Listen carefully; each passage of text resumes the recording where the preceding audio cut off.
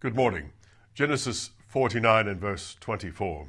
His bow abode in strength, and the arms of his hands were made strong by the hands of the mighty God of Jacob. That strength which God gives to his Josephs is real strength. It is not a boasted valour, a fiction, a thing of which men talk but which ends in smoke. It is true divine strength.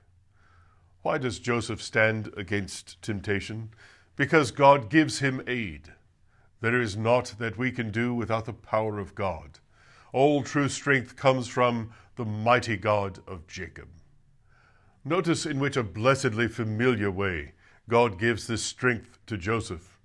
The arms of his hands were made strong by the hands of the mighty God of Jacob. Thus God is represented as putting his hands on Joseph's hands, placing his arms on Joseph's arms. Like as a father teaches his children, so the Lord teaches them that fear him. He puts his arms upon them. Marvelous condescension!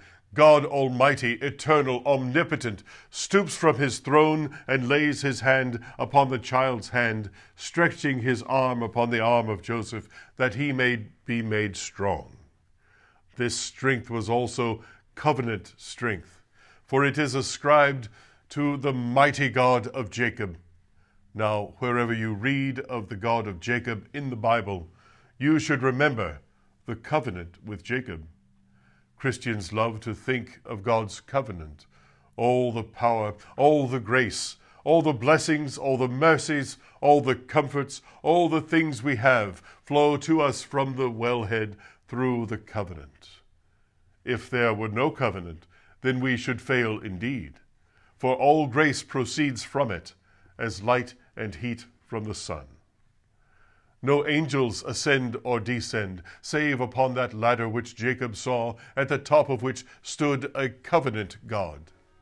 Christian, it may be that archers have sorely grieved you, and shot at you, and wounded you, but still your bow abides in strength.